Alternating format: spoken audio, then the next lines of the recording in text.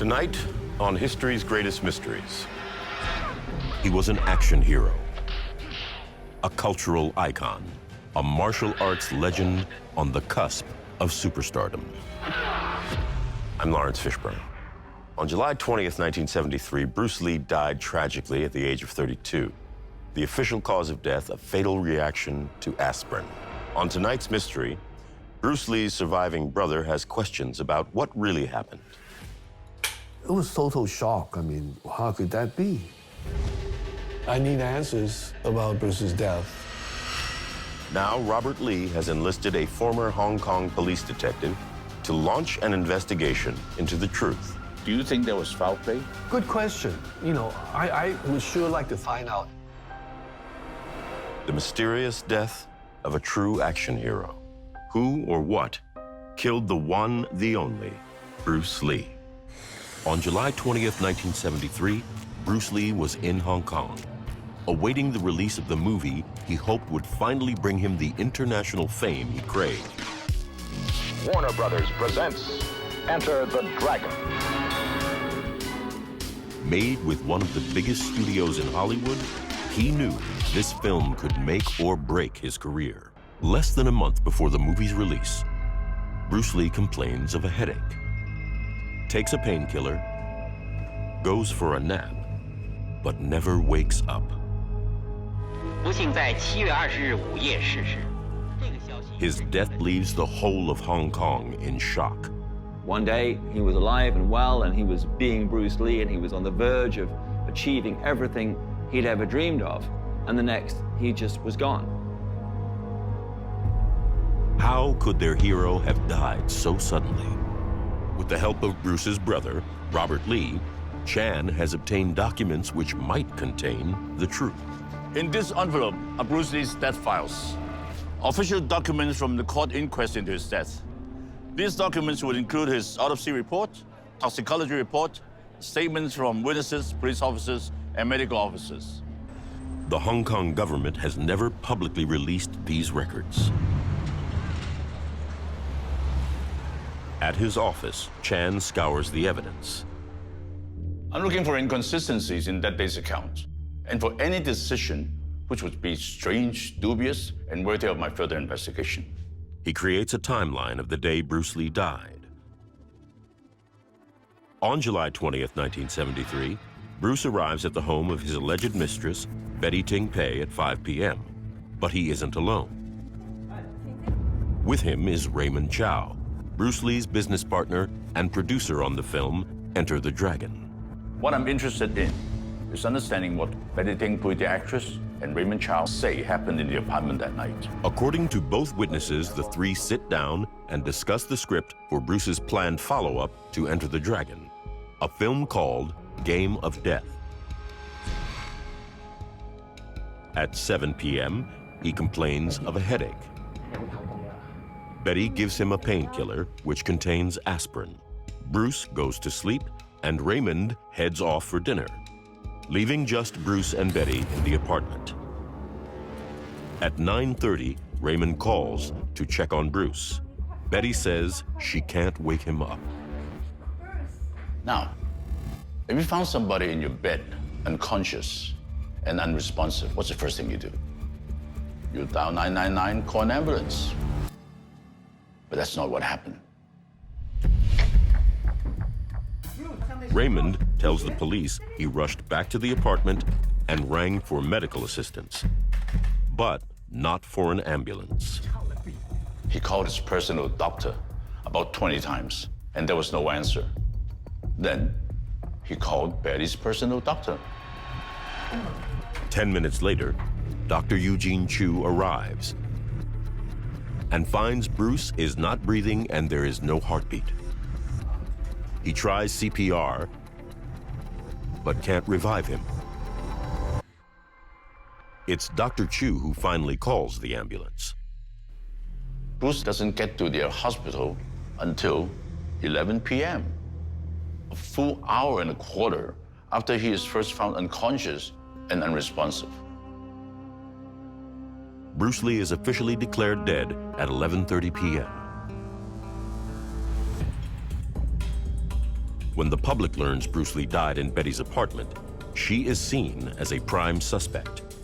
The Bruce Lee, Betty Ting Pei scenario is like one of the classic locked room mysteries, which is that Bruce, Raymond, Betty are together at Betty's apartment. Raymond leaves. Betty and Bruce are alone in the apartment. Bruce dies. Seeing as Bruce is the one that ended up dead, Betty must be the one responsible because there was nobody else there. Her lifestyle choices further fuel public suspicions. Betty Ting Pei ran with a fast crowd and was involved in the darker aspects of Hong Kong show business and the underworld. But she wasn't the only person in the apartment. Raymond Chow was also in her home on the night Bruce Lee died. Why was Raymond so slow in giving Bruce the medical help that he needed so desperately? Over the years, questions have been raised about his role in Bruce Lee's death. Raymond's persona as a shadowy figure, as a bad guy, as the untrustworthy element in the equation, it comes from a very obvious scenario, which was that it was show business, and Bruce handled the show, and Raymond handled the business. Raymond built up his company, Golden Harvest, from nothing to being a leading studio in Hong Kong's movie industry. But in doing so, he also built up a reputation for ruthlessness. Raymond Chow was known as the smiling-faced tiger because he would smile to your face and nod and agree to everything, and then he would rip you apart when you turned your back to him. Raymond and Bruce had made 3 films before Enter the Dragon. All 3 had broken box office records in Hong Kong. But in the months before Bruce's death, the two were openly clashing over money. Bruce Lee was growing in frustration about what he perceived as being the inaccurate accounting and that he had not had the money back from his films that he should have done. He would just confront Raymond and say, okay, I'm seeing in the trades the movie's made this much money. Where's mine? In response, Bruce had started talking to other studios about making films without Raymond, leaving Golden Harvest in danger of losing its golden goose. Public suspicion has continued to swirl around Raymond Chow and Betty Ting Pei, but in 1973, both were cleared of any wrongdoing. Obviously, the authorities didn't think there was any suspicious circumstances and there was no foul play. But why did they come to that conclusion? Why did they rule that out? This official verdict is based on one big assumption. The fatal swelling of Bruce's brain was caused by the aspirin in the painkiller. But does the evidence back this up? Chan is on his way to the office of one of Hong Kong's foremost forensic pathologists, Dr. Philip Baer. Dr. Baer has spotted something unusual on the night that Bruce Lee died. Now, as far as the information I gather from all the documents you have, the equagesic that Betty gave Bruce, it wasn't something that Bruce took regularly. Equagesic is the painkiller Bruce takes to combat a headache. It contains aspirin, but also another drug called meprobamate. Realistically, the discussion boils down to the aspirin and the meprobamate. In 1973, the official verdict was Bruce Lee was killed by the aspirin, but there is no scientific evidence that he reacted to this drug. Aspirin is so common now. You know, people take it for prevention of stroke, for prevention of heart attacks. So that leaves us with this, with meprobamate. Meprobamate is a tranquilizer which was very popular in the U.S. during the 1950s. Under the name Milltown, it was prescribed to millions as a reliever of stress and anxiety. But in recent years, the drug has been banned in numerous countries because of its harmful side effects. There are reports of people having idiosyncratic reactions to meprobamate, and it possibly causing death. These idiosyncratic reactions are hard to predict, as they only happen in a handful of people. Dr. Baer thinks Bruce was one of the unlucky ones. Meprobamate caused this swelling of the brain in Bruce Lee, leading to him dying. So Bruce Lee was killed by idiosyncratic reaction to one tablet. Yep, sadly. This is a brand new theory. Meprobamate has never before been put forward as Bruce Lee's killer.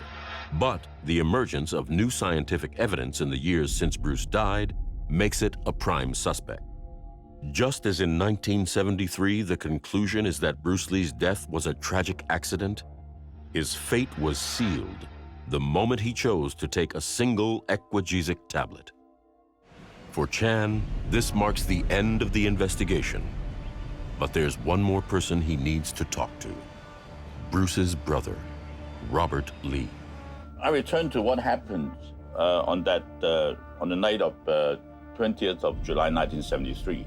The only thing out of the ordinary was that he took that one single tablet of equagesic, okay, and contains aspirin, but aspirin isn't the only thing in that drug. There's another chemical called mebobamate. Now, in recent years, medical findings have discovered that this particular element could have a fatal effect on some patients, although it wasn't known at the time. The conclusion that I reached, therefore, is that your brother seemed to have reacted to mebobamate. And this was the only thing that killed him. So it was a very tragic accident. But I can tell you one thing, there was no pain. He passed away peacefully. Yeah. Thank you, Philip. Bruce Lee's death has always been surrounded by mystery and subject to wild conspiracy theories. Now this investigation has forensically searched through the evidence and arrived at a new conclusion. After almost 5 decades of hurt, Robert Lee finally has an answer for how his brother, the greatest martial arts movie star of all time, really died.